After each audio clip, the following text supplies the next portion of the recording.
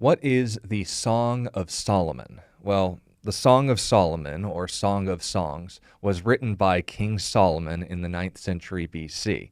This was Solomon's greatest work in the genre of writing, and recognizing it as inspired by God alongside two other Psalms, Psalm 72 and 127 respectively, he reflects God's model of marriage in this song in particular, and the ideal example of what sexuality would be in its proper context. The background of this book is noting that, as I'm sure you're all aware upon reading 1 Kings and Ecclesiastes, Solomon made many mistakes regarding marriage and his sexuality. But there was a time where his one wife, who's referred to in the song as the Shunammite, which is based off of where she was from, it would be in modern day Lebanon, served as an asset to his relationship with God rather than an obstacle to it. The genre of this literature obviously is poetry, specifically song lyrics, and more comparable to a play.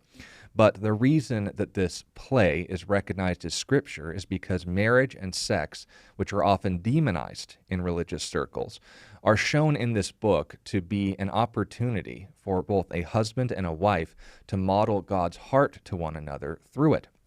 This includes resolving arguments, self-control during dating periods, and how much God can be honored in the bedroom, a fact, by the way, that is repeated and emphasized in the New Testament. And also note as well that marriage and sex, in addition to the fact that the author of Hebrews says that the marriage bed is undefiled and honorable above all, it's also used in the New Testament as allegorical pictures of the permanence and joy that accompany our restored relationship with Jesus and the church as a whole being his bride. With that symbolic picture, it's important, one, to take to heart when we ask ourselves how should we model Jesus' character in our relationships, but even also, secondly, to see everything in our life as sacred rather than secular and see how it can model God's heart within it. Song of Solomon notes that even in our sex lives, that can be the case.